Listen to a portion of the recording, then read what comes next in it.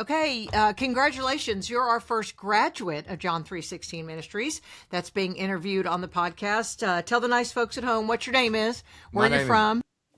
My name is Joe Tom South, and I'm from Abilene, Texas. Abilene, Texas. But you were a resident of John 3:16 in what year? I come here December 4th of 22. 22. So you just kind of had an anniversary here of 3 years, because this is now 2026. We're recording this the last day, just about the last day of 2025. A lot's probably changed in Joe Tom South's life in the last 3 years. What led you, though, to make the decision that I got to get right with the Lord? I got to buckle down. And what was your journey like before you got here? Well, there was no Lord in me whatsoever before I got here. I was just consumed in drugs and alcohol and pretty suicidal and just helpless, just drowning in depression and didn't know what to do. A buddy of mine found this place on the internet, and it was free, and I absolutely didn't have any money. And we called and done a phone interview, and he was a good enough friend of mine that I told him I'd come, and even though I didn't want to, I got in a pickup anyway.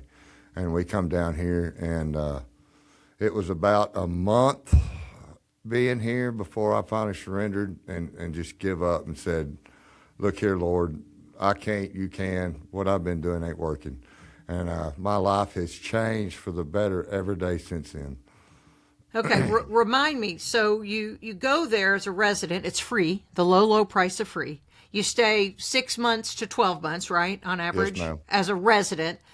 And then what kind of career did you have before this that you could leave it to come live in Charlotte, Arkansas? Or I assume you live there now as an instructor.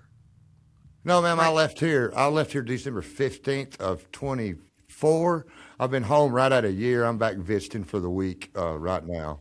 Oh, well, so you came back. That is so dear. Yes, ma'am. I was an instructor here for a year and a half. I graduated in end of July of 23 and stayed as an instructor till December 15th of 24. And I've been home right at a year. And what do you do now in Texas? I'm a heavy equipment mechanic.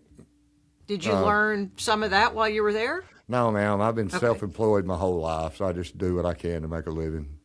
Do construction and whatnot. Great. So that work's always there. AI won't ever take that because we need young strapping men like yourself that can do things.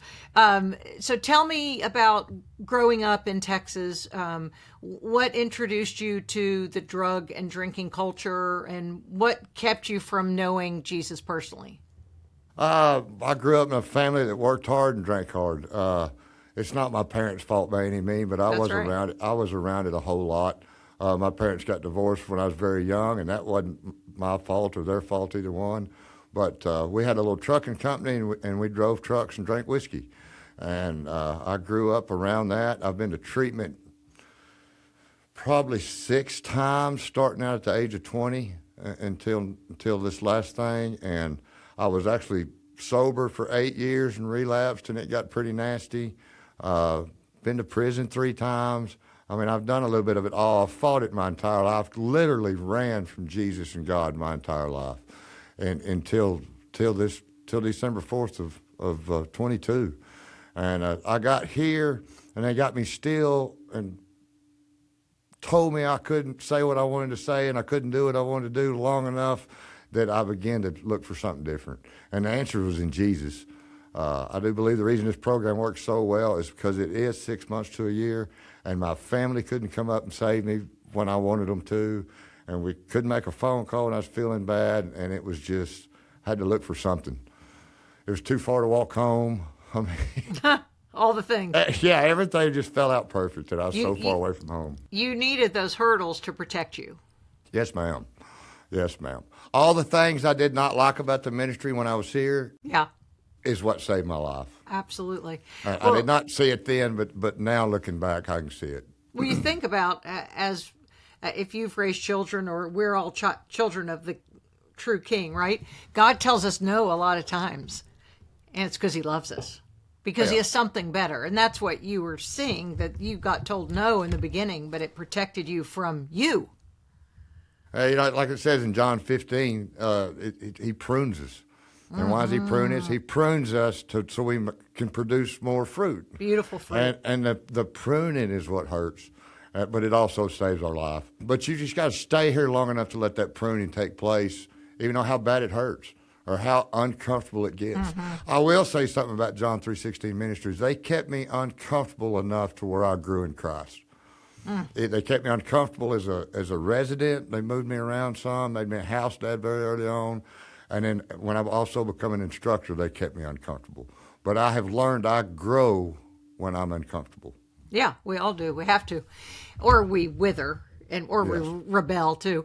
Okay, so with you, a hard shell of a man, you've been on the inside, you've been to prison 3 times, you work hard and drink hard.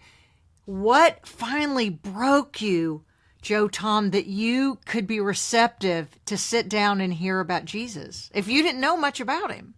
When I got here, they literally would not let me talk, or wouldn't let me talk very much. Told me to hush a lot, because I have been self-employed my entire life. Yeah, you're in charge of you. Yes, I've always done things my way. And when I got here, they said that they didn't need me. They wanted me, and that's what I love about Jesus Christ and John 3:16. They don't need me; they want me, and that's the kicker.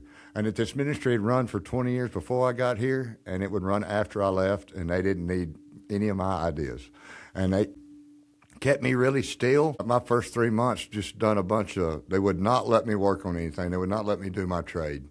I've fed animals and cleaned stuff and hung tin and just done a bunch of odd things around camp because it helped me because they wouldn't let me do my trade because I'd have got the big head. Look what I'm doing, and they just had me moving around till I got right enough that they'd start letting me do my trade.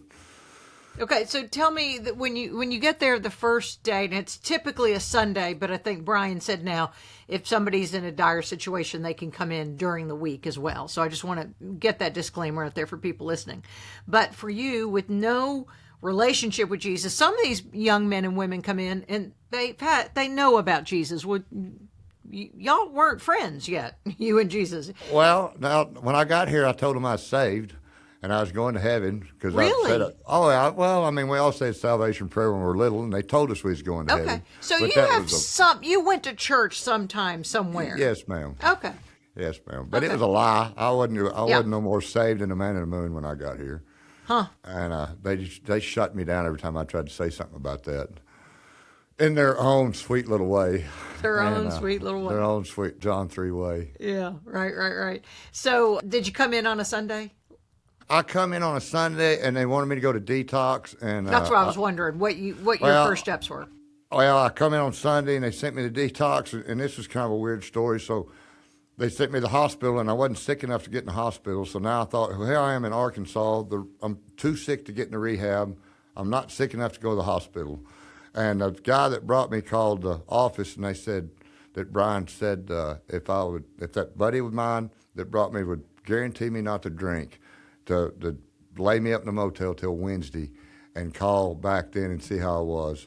And they brought me up here on a Wednesday, and I detoxed in a motel room. Oh, my gosh. They brought me in on a Wednesday and unloaded my stuff up here and put me right to work here in the multipurpose. And then I was sick about a month. It takes that out of your system. It did me. I had gone that far with it. Just Well, that how many alcohol. times had you been through detox, though? You've been to A bunch. treatment. Yeah. You go to treatment, they medically detox Yeah, you. right. And it's not that bad. This one was pretty rough. I've detoxed in prison a couple of times, but this detox was pretty nasty.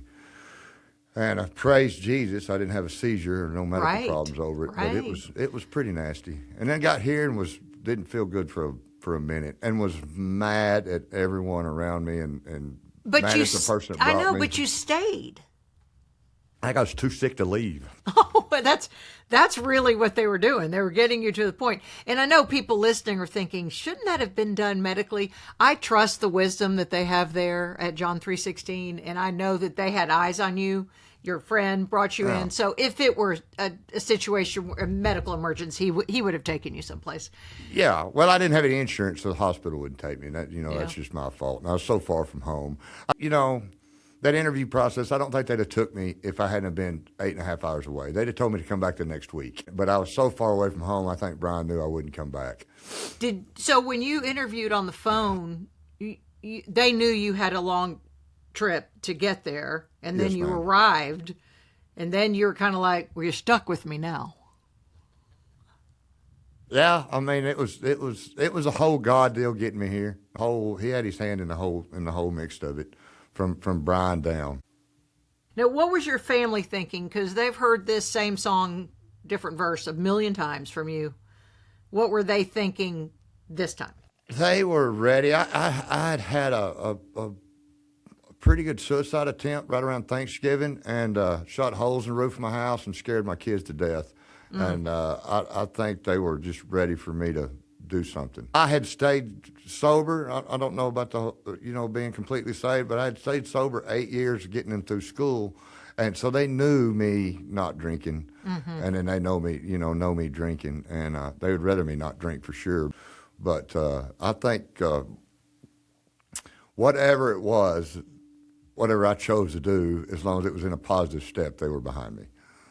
Well, nothing tells a story like a changed life. So tell me about your kids now. How old are they, and what are they thinking? Oldest boy is 33 years old. My oldest son's 31, and my daughter's fixing to turn 30. Okay. Oh, they're proud of me. They really are. And they're actually all back in Abilene. My oldest son was in Colorado for a while, and he's just recently moved back. And they're proud of me. I got to spend Christmas with them. They suffer through some of the same things I do. They're trying to figure things out on their own time. Of course, I want to try to do it for them, and I can't. And I've got to sit back and let them do them. Let God take care of them just like He took care of me, and have the faith in that's going to happen. And it's one of the hardest things to do. I was at John 3, and my daughter was really having a hard time, and I couldn't go fix her right then. I couldn't go save her because I was here, and they wouldn't let me go home.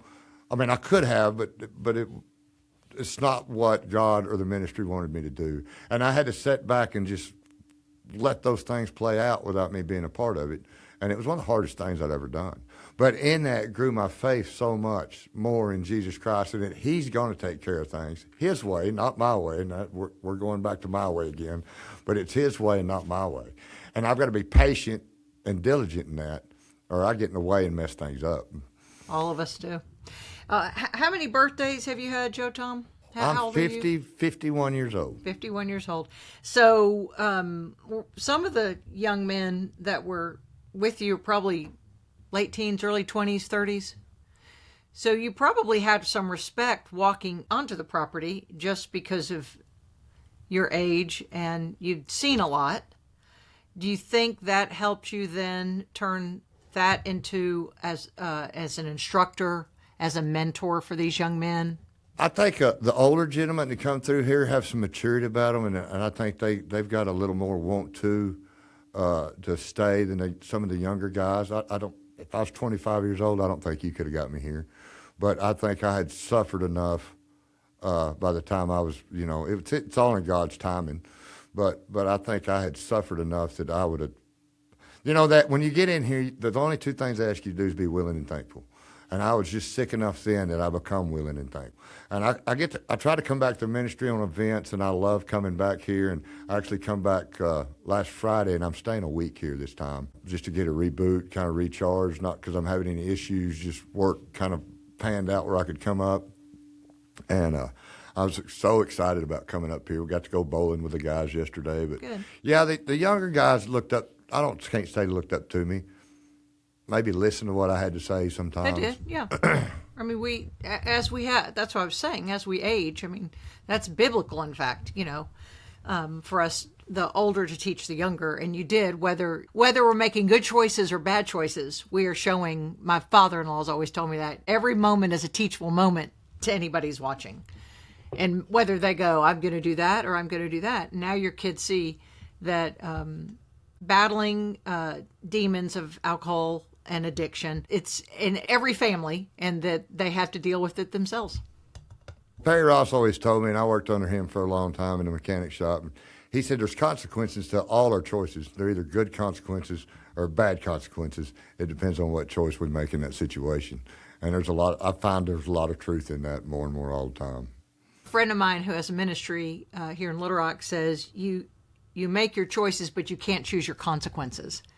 And so that's what we all go, oh, I didn't realize that consequence was attached to that decision. But we know that as we've gotten older. When I talk to the former residents or the graduates, I want to make sure that I'm being delicate into your private life. But do you tell why you went to prison? Was it drug and alcohol related? Yes, ma'am. It was all three drug cases. I was a drinker. I done drugs where I could drink like I wanted to, but the 3 times I got hemmed up for over drugs.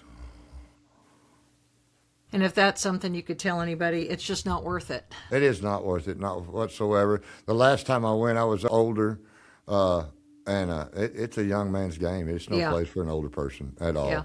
And I don't, it's part of my story. I'm not ashamed of it. It's who I am, and I'll tell somebody about it. And it's not that I'm trying to brag about it. It's just part of my story. And I think for the younger guys that have been to prison, that they can see somebody that's got out and made it. See somebody that's got on the other side of this deal and is living alcohol and drug free, and it's still so much more about not drinking and drugging that it's unbelievable. I'm not suicidal anymore. I'm not depressed anymore. Anxiety is not running my life. My life is not run by my emotions, which they were forever. I can make good, sound choices and decisions based on what's going on in my life. When something happens to my kids, I can rationally make a decision that's best for them instead of reacting on my emotions and doing something that's not good for anybody. I've not lost my temper in 3 years, and, wow. and that is a bit. I mean, not like I used to. I used to stay mad for months at a time, and anybody that sees this that knows me knows that. But he's changed my life. When I finally surrendered, he set me free from all those things I just listed. Now, when you heard testimonies like that in the beginning, did you roll your eyes and go, oh, right, like that's going to happen to me? Well, I was thinking about in service the other day, and I was thinking about this. I believed in Jesus Christ, and I believed in God. I could believe he could do something for you. I could believe he made this ministry where it was at, but I didn't think I would ever do from it. I run from him. This is going to be kind of something funny. I run from him because I knew if I ever got right, he'd want me to move to somewhere like Charlotte, Arkansas. And he did. And he did, and when I made the decision to stay, and the reason I wanted to stay, I wanted to give something back to the ministry that made it possible for Jesus to save my life. And I loved it being an instructor here. And when I got ready to leave, it just wasn't my decision. Brian helped me out with it. There was some stuff going on at home, and he just said, it's time for you to go home. And it wasn't because I was in trouble or anything. So it wasn't just my decision. I was helped out with it. Yeah. It was not, because a bunch of these guys make the decision on their own, and they leave here sideways or upset or mad or something, and they seem to struggle some. Not all of them, but some of them do. But it wasn't just my decision. So I had freedom in that also, that it wasn't just me that decided to come home. Since you had been through rehab several times and had repeat offender in the prison system, you, Joe Tom, would be a great person then to love on those young men, to say, hey, buddy, I've done it. I stumbled and I fell, and it takes a minute sometimes to get back to where you are, where you're right with God and you're right with your sobriety. Did you see some of those that came back? I don't want to say repeat offenders because they hadn't offended anything, but repeat residents. Oh, yeah, and I've shared a lot with. There's some residents that are here now that I have known. I was instructors over them, or I was a resident with them, and I asked them, what's the deal? What are you missing? You've been here twice. What are you missing? That's a good question. What's the deal? What are you hung up on? Either you're not getting this deal, or you're not really wanting to get sober. One or the other. You're not really wanting to get saved. You're just wanting. And I didn't come here to meet Jesus Christ. I just came here to make the pain quit hurting for a little while. Right. And it changed my life. But some of these guys, I can't say I've not had anything to drink at all since I've left. I've had nothing stronger than ibuprofen in 3 years, and I don't know. I've got a desire not want to. I don't want nothing to do with it. So the AA philosophy, though, is, well, I guess we do with Jesus too. It's day by day, but we look at the same thing in our faith. Is our relationship, it's one day at a time. with Jesus, I was thinking as the secular, and I know AA did not start as a secular organization. I think it is now. I mean, it's not Christ-centered anyway. So I guess that's how you look at your life now, is just every day is a new day. And what do you say that you come there, you have to be grateful, and what are the two things? Willing and thankful is what they ask you to Willing do. and thankful. I love that. And that's all of us. That's how we should all be. Yeah, gratitude. You know, Yes. if I've got a heart full of gratitude, there's nowhere to be selfish or. And well, there's no or room for anything anger. else. Yeah, and no that's room what for anger. That's what you battled with. Yeah. Do you ever think? I mean, because I've never walked your path.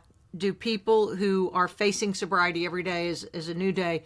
Do you ever think, oh, I'm afraid this might happen because I might buckle? Or do you think, No, absolutely not. is that right? That's awesome. No, I don't struggle with it every day. I don't freak out when I end up on the beer aisle at Walmart and go screaming Awesome. out, oh my gosh. But I don't go around. I don't go hang out at bars or Right. try to save people in a beer joint. I don't do none of that. My favorite place to eat in Abilene, Texas is also the favorite place I used to go drink. So the 3 times I've been there, I take somebody solid with me and go in there and eat and leave. You know, I know better than going there by myself. Not saying I'd stumble, but if I keep Yeah. going in there by myself, there's going to be a time. But, you know, I promise you I'm not going to drink today. Most likely I won't drink tomorrow, and I probably won't drink the next day. If I keep doing what I do every day. If I get up and seek, ask, and knock, if I get up and seek the Lord with all my heart, all my soul, and all my being, if I do that every day, if I get up and say, hey, look, Lord, what have you got for me to do today? And at night I say, thank you for keeping me safe and putting somebody in my path to help. I'm not going to drink and drug anymore. And I get set free of all those things. Amen. Praise God.